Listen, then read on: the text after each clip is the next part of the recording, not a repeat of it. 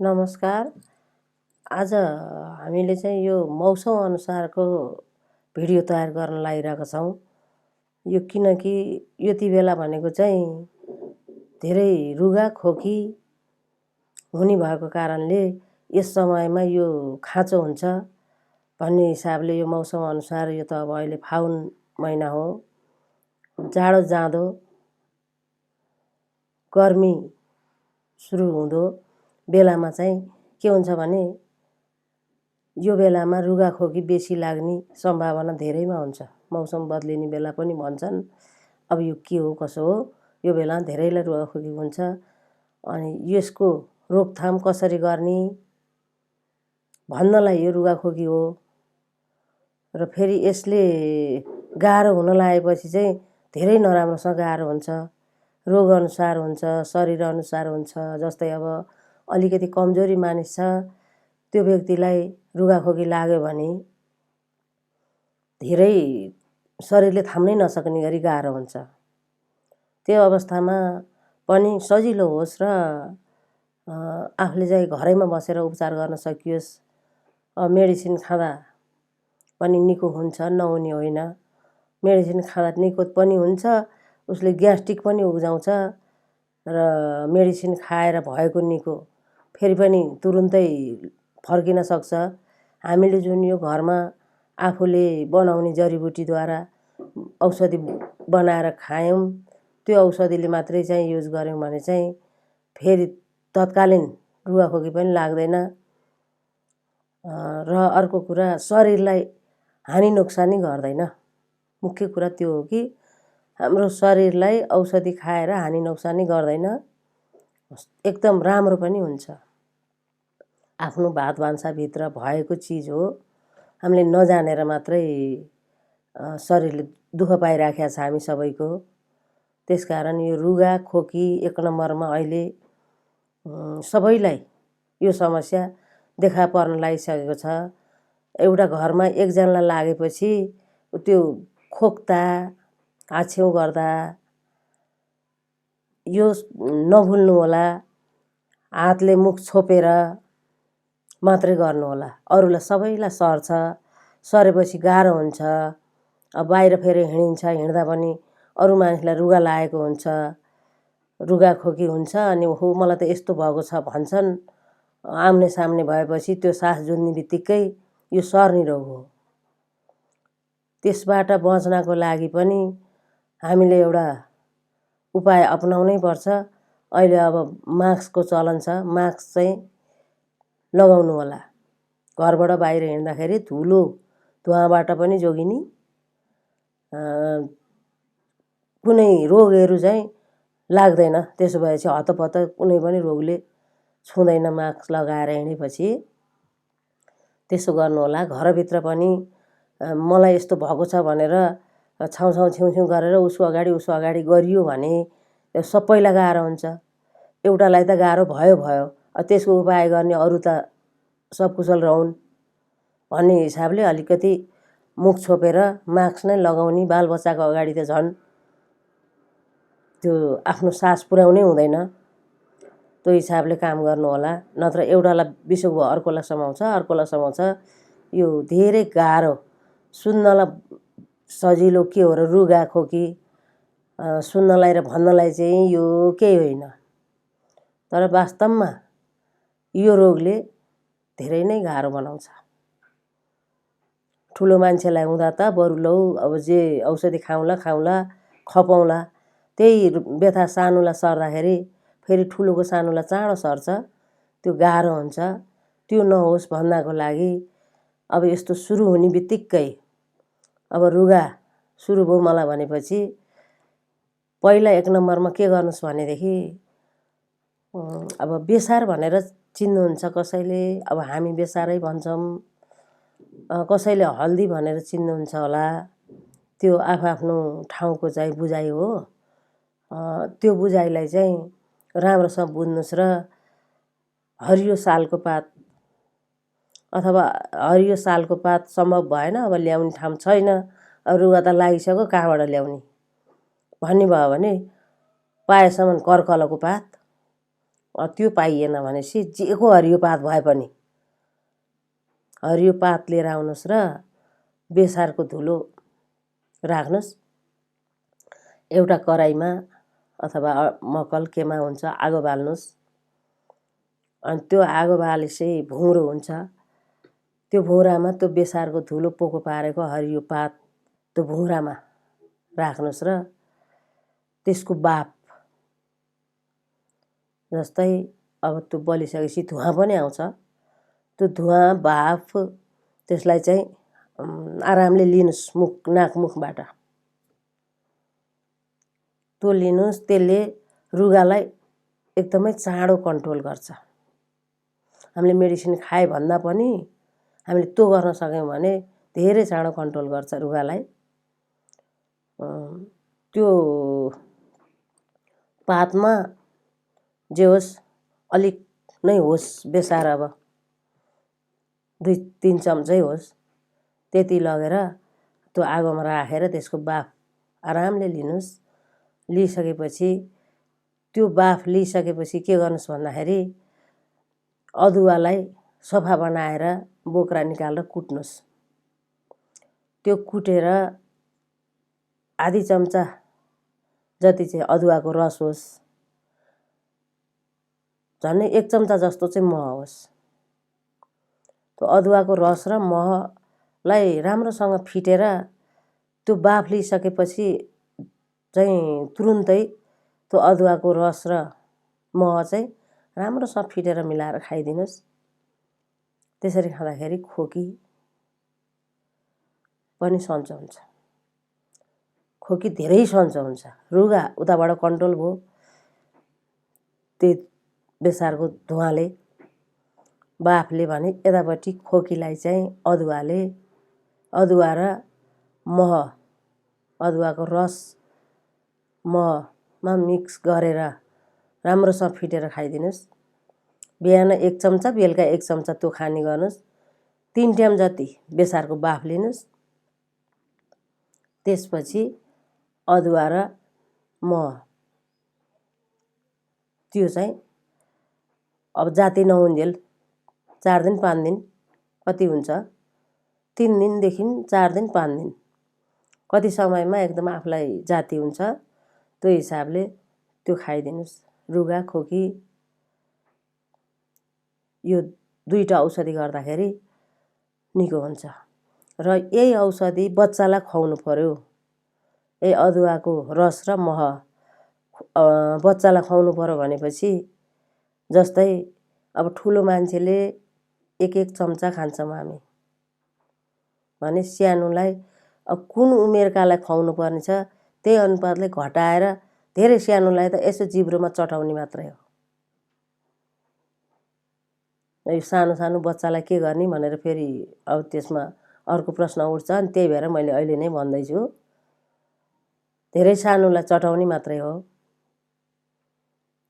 आमाको दुध खाने छ भने अब आमाले खाइसकेपछि बच्चालाई पनि त्यसले आमाको दुधबाट गएर पनि काम गर्छ। त्यस्तो भयो भने बच्चाहरूलाई थोरैभन्दा थोरै कपुर राखेर तेल लगाइदिनुहोस्। त्यो चटाइदिनुहोस्। तोरीको तेल अथवा सर्स्यौँको तेल तताएर थोरै तताएको अलि सेलाएपछि एकदम थोरै 1/4 तेलमा भनौँ न 1/4 तेलमा एउटा सानो मासको गेडा जति कपुर धुलो पारेर राखेर त्यो छातीमा सबैतिर जहाँ लाउँदा नि हुन्छ त्यो लगाउनलाई यहाँ भन्नु चाहिँ पर्दैन। त्यति कपुर राखेर तेल लगाइदिनु अनि त्यो यसो चटाइदिने थोरै। त्यसो गर्दाखेरि केटाकेटीको पनि रुगा खोकी बिसोक हुन्छ। ठुलो मान्छेलाई चाहिँ 1 चम्चा बिहान 1 चम्चा बेलुका। यदि अब धेरै रुगा लागेर काममा बाहिर निस्किन नसकेरै बसिया छ भने 3 टाइम बनाएर खानुहोस्, छिटो हुन्छ। त्यसले हानि नोक्सानी गर्दैन हाम्रो शरीरमा। हामीले जति बेलै सुकै खाएकै चिज हो, खाइन्छ नै, भात भान्सामा हुन्छ नै। तर पनि यो अब औषधिको रूपमा बनाएर खाँदाखेरि औषधि पनि लाग्यो, साइड इफेक्ट पनि गरेन। यसरी हामीले बुझ्नुपर्ने हुन्छ। र यो उपचार गर्नु भने रुगाबाट चाहिँ बच्न सकिन्छ। त्यस्तै गरी दम भएको मान्छे अहिले धेरै छन्, किनकि धुवा धुलो यो प्रदूषण अहिलेको समयअनुसारको यो सबैको शरीरले झेल्न सक्दैन। अलिक हट्टाकट्टा बलियोलाई खासै केही हुँदैन। अलिकति अब शारीरिक कमजोर फिल भएर यस्तो मान्छेलाई त रुगाखोकी लागेर चाहिँ त्यो दम अलिअलि भइसकेपछि त धेरै गाह्रो हुन्छ। त्यस्तो गाह्रो दमको लागि, दम भएर गाह्रो भएको मानिसको लागि चाहिँ त्यसको लागि चाहिँ के गर्नुहोस् भन्दाखेरि अहिलेको अवस्थामा दालचिनीको धुलो पाउडर मसला मेलमा किन्न पाइन्छ, पिँधेर ल्याउन पाइन्छ। दालचिनी किनेर वहीँ आफै बसेर त्यो दालचिनी पिँधेर पाउडर बनाएर ल्याउन सकिन्छ। त्यो गरेर ल्यायो भने अब उहाँ पिँधिराखेको ल्याउँदा मिक्स होला, त्यो अब राम्रो भएन भनेदेखि त बेथालाई निको पार्न गाह्रो हुन्छ, समय लाग्छ। हामीले आफैले गएर दालचिनी किनेर अनि त्यो मसला मेलमा बसेर पिँधेर ल्यायौँ भने मह चाहिँ फेरि राम्रो खालकै हुनुपर्छ। दालचिनीको धुलो त्यसरी ल्याएर राखेपछि त्यो ढुक्क भइयो। अब मह चाहिँ कस्तो हुनु पर्यो भने घरपाला मौरीकै मह हुनुपर्छ। यदि अब त्यो कहीँबाट सम्भव भएन, घरपाला मौरीको मह पाउन सकिएन भने चाहिँ पतञ्जलीको मह अहिले बजारमा जतासुकै किन्न पाइन्छ। पतञ्जलीको मह लिएर आउनुहोस्। आधी चम्चा दालचिनीको पाउडर, त्यसै गरी 1 चम्चा मह चाहिँ एउटा कचौरामा राख्नुहोस् र मजाले मिलाएर त्यसलाई फिट्नुहोस्। निकै बेर लाएर फिट्नुहोस्। फिर्ता फिर्ता फिर्ता त्यो चाहिँ भनौँ राम्रो मिक्स भइसकेपछि त्यसलाई चाटेर खाने गर्नुहोस्। फिट्नुहोस्, यसरी फिट्नुहोस् कि राम्रोसँग मिलोस्। अनि मिलिसकेपछि सर्लक अब फिट्यो 1 चम्चा खाइदिन्छु ठिक भइहाल्छ नभन्नुहोस्। त्यसलाई चाटी चाटी स्वाद लिएर खाने गर्नुहोस्। स्वाद लिइकन खानुहोस्, स्वाद लिइकन खानुहोस्। बिहान बेलुका दिउँसो यो हिसाबले खाइदिनुहोस्। त्यसरी खाँदाखेरि दालचिनी र मह खानाले दम रोग एकदम ठिक हुँदै जान्छ। खाना चाहिँ यो 1 दिन 2 दिन यसरी यति टाइम खानुहोस् भनेर मैले अहिले त्यसरी ग्यारेन्टी दिएर चाहिँ भन्न सक्दिनँ, किनकि कति समयबाट चाहिँ नि पीडित भएर आउनु भएको छ, कति गढिँदो व्यथा छ। त्यसकारण भर्खर लाग्दैको छ भने 1 महिना 15 दिन 1 महिना खाँदाखेरि पनि त्यो कम भइहाल्छ। आफैलाई महसुस हुने कुरा हो। भएन अलिक गढिँदो धेरै समय भएको छ भने त्यसको लागि त अलिक समय खानै पर्ला। 2 महिना 3 महिना पनि खानुपर्ने हुनसक्छ। शरीर गुना र दम अनुसार पनि हुन्छ। फेरि दम पनि कुन हिसाबको, कुन किसिमको दम हो आफ्नो। जस्तै अब एलर्जीको हो कि भित्रैबाट चाहिँ उब्जेको हो कि। फेरि दम भनेपछि सिलिन्डर लाएर राखेकालाई पनि, अलि वृद्ध भइसकेकालाई पनि त्यो औषधिले निकै हुन्छ चाहिँ भन्न खोजिया होइन। त्यस्तोलाई चाहिँ सम्भव सास फेर्न अलि सजिलो होला, केही कम होला, सजिलो हुन्छ नै र निकै हुन्छ त्यस्तो मान्छेलाई चाहिँ भनेर ग्यारेन्टी गर्न सकिँदैन। त्यो अलि गलेरै भनौँ बेसी गलिसकेकोलाई चाहिँ उमेरले पनि व्यथाले पनि त्यस्तो गालेकोलाई चाहिँ यस्तै हुन्छ भनेर भन्न सकिँदैन। कम चाहिँ हुन्छ र अलिकति उमेरले पेल्न सक्नेलाई पनि अहिले दमले धेरैलाई रुवाएको छ, धेरै पीडा भएको छ। यो दम रोगको उपचार छैन नै भन्ने भनाइ छ। अब चाहिँ तान्न दिए पनि समयसम्म हो, छक्की औषधि खान दिए पनि त्यसको समय हो 6 घन्टा 12 घन्टा, अब यस्तै हो। त्यसकारण यो दमको अहिलेसम्म यस्तो मेडिसिनमा चाहिँ हामीले पाएको छैनौँ। यो हामीले आफ्नो घरैमा बसेर गर्न सकिने जडीबुटीद्वारा चाहिँ हुन्छ कि भनेर हामीले गरेर हेऱ्यौँ, हुनिरहेछ। यो काम गर्नलाई पछि पर्नु हुँदैन, गर्नुहोस्। यो गाह्रो अस्चिलो पनि छैन। मसला मेलमा जाने, दालचिनी किन्ने, पिँधेर ल्याउने, वहीँ धुलो बनाएर त्यो पाउडर ल्याएर राखेपछि महमा मिसाएर खाने। धेरै चिज पनि जोड्नु परेन, बिहान र बेलुका अवश्य खानुहोस्। धेरै दमले च्यापेको छ, 3 टाइमै खान्छु भन्ठान्नु भयो भने त्यसो पनि गर्न सक्नुहुन्छ। अलिकति बलले पेल्ने मानिसलाई र यो एलर्जीबाट यस्तै खाइकुफतबाट उब्जेकोलाई त तुरुन्तै बिसोक हुन्छ। शरीरैबाट उब्जेको नि अलिक भनौँ आफ्नो बलले पेल्ने उमेरकालाई चाहिँ शरीरबाटै उब्जेको रहेछ भने पनि बिसोक हुन्छ। उही धेरै टाइम खानुपर्ने र अब थोरै टाइममा बिसोक हुने भन्ने चाहिँ खाँदा खाँदै रोगीले उपचार गर्नु पर्दाखेरि उपचार गर्दा के सोच्नुपर्छ भने अब सन्चो भयो मलाई भन्ने भएपछि पनि केही दिन खानै पर्छ र त्यसभन्दा पछाडि फेरि मुख बार्नुपर्छ। मुख चाहिँ सदाबार हामीले बाहिर फेर हिँड्यौँ, गर्मी आउँछ, गर्मीको बेलामा अब त बिसोक भइहाल्यो, चिसो फ्रिजको पानी खान्छु, चिसोहरू जस्तो पनि फ्रिजमा राखेको चिसो खाइदिन्छु भन्ने सोचेर खाइयो भने एकचोटि लागिसकेको व्यथा त फर्किन टाइम लाग्दैन। फेरि पनि त्यो व्यथा आउन सक्छ, किनकि फ्रिजको चिसो भनेको शरीरको लागि धेरै हानिकारक हुन्छ। हो, रोग नलाग्दा हट्टाकट्टाले जस्तो खाए पनि पच्छ होला। हामी रोग लागिसकेको मानिसले चाहिँ सतर्कता चाहिँ हुनैपर्छ।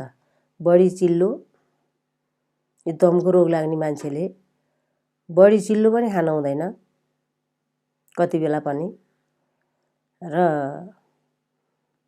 धुलो धुवाँबाट पनि बच्नको लागि बाहिर निस्किँदा आफू आनन्दसितले दौड्न कुद्न सकिन्छ।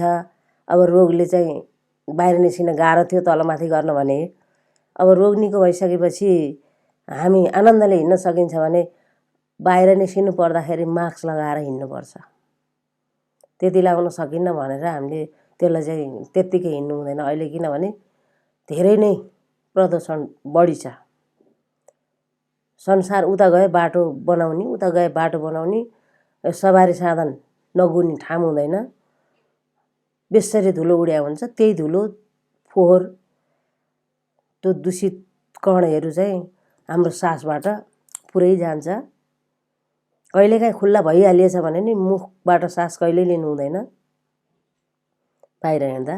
त्यसकारण आफू जोगिने आफैले तरिका अपनाउनु पर्छ र औषधि खाएर पहिला निको हुनको लागि चाहिँ दमको लागि यो पनि एकदमै ठुलो औषधि हो। यो औषधिलाई अपनाएर खाएर हेर्नुहोस्, अनि त्यसपछि हामीलाई कमेन्ट गर्नुहोस्। यो एकचोटि हेर्दा बुझिएन के हो भन्ने लाग्छ भने यो चाहिँ राख्नुहोस्, लाइक गर्नुहोस्, सेयर गर्नुहोस्, डाउनलोड गरेर राख्नुहोस्, जतिचोटि हेर्न पनि सक्नुहुन्छ। त्यसै गरी नजाने भुलियो भने फेरि हेर्ने अनि त्यो उपाय गर्ने।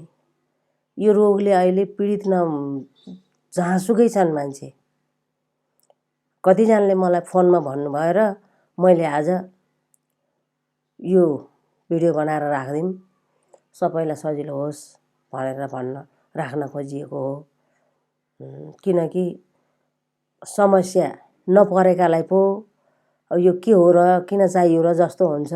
जब मानिसलाई रोग लागेपछि अब के गर्दा निको हुन्छ भनेर त्यो खोजीमा धेरैजना हुनुहुँदो रहेछ।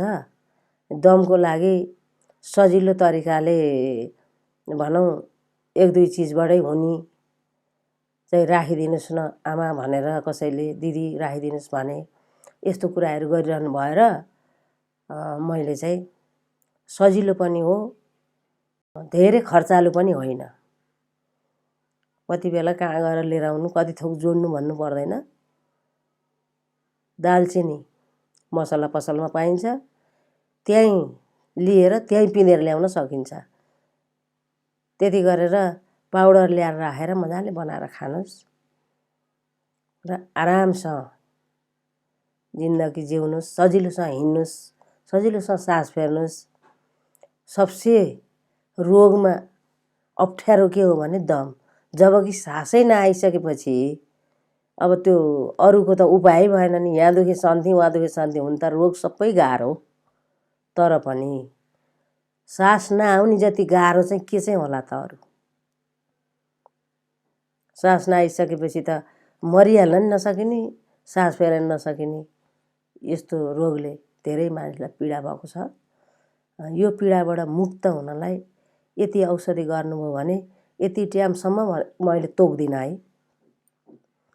यो खाँदै जानुहोस्, असर गर्दैन। धेरैवटा रोगसँग लड्ने क्षमता छ यो दालचिनीसँग, महसँग। यसले असर गर्दैन, कुनै पनि उसबाट यसले असर गर्दैन। जबकि अदुवाको रस र मह खानुहोस् भनी मैले खोकीमा, यो चाहिँ फेरि एउटा कुन रोगीले खानु हुँदैन भन्नुहुन्छ भन्दाखेरि पाइल्सको रोगीले चाहिँ फेरि अदुवा चाहिँ खानु हुँदैन। पाइल्स रोगीले अदुवाको रस त्यो खोकी विषो गराउँछु भनेर यदि खानुभयो भने उतापट्टि पाइल्स बल्झिन्छ। बिसोक भएको भए पनि औषधि उपचार गरेर बिसोक भएको छ, अब जति खाए नि हुन्छ भनेर पाइल्स रोग बिसोक भएर पनि मानिसले अदुवा नचोहोस् त्यो खोकी बिसोक पार्नलाई बरु त्यही बेसार पोलेर सुँघ्दा अथवा पाइल्सको रोगी छ खोकी गढेको छ भने बेसारको सेला भन्दा भित्रको त्यो सेला छोरा अब के भनेर चिन्नुहुन्छ त्योभन्दा भित्रको जुन एउटा गानु हुन्छ त्यो छिप्पिएको त्यो भित्रको चाहिँ नि चाना बनाएर सुपारीको टुक्रा जस्तो पारेर त्यसलाई अलिअलि यसो तताएर मुखमा राखेर चुस्नी गर्नुभयो भने त्यसले पनि खोकी निको हुन्छ बरु। किनकि यो अदुवा खानु नहुनेले चाहिँ मह र अदुवा नखाइदिनु होला। एक चिजको औषधि हुन्छ भन्दा अर्कोतिर हानि नहोस्। हानि नोक्सानी शरीरलाई पुग्ने काम हामीले गर्नु हुँदैन। औषधि त त्यो नभए अरू नभए अरू हुन्छ, औषधि गर्न सकिन्छ। तर शरीरलाई अर्को रोग उब्जिसकेपछि फेरि त्यो रोग निको पार्न धेरै गाह्रो हुन्छ, खप्न गाह्रो हुन्छ। यसरी मिलाएर हेरेर काम गर्नुहोला। पाइल्स हुने मानिस हुनुहुन्छ, खोकी छ भने फुलेर पनि अदुवाको रस नखाइदिनु होला। राम्रोसँग हेरेर यो औषधि खाएर चाहिँ स्वस्थ भएर लाभ लिनुहोस् यसको। फेरि अर्को भिडियोमा भेटौँला।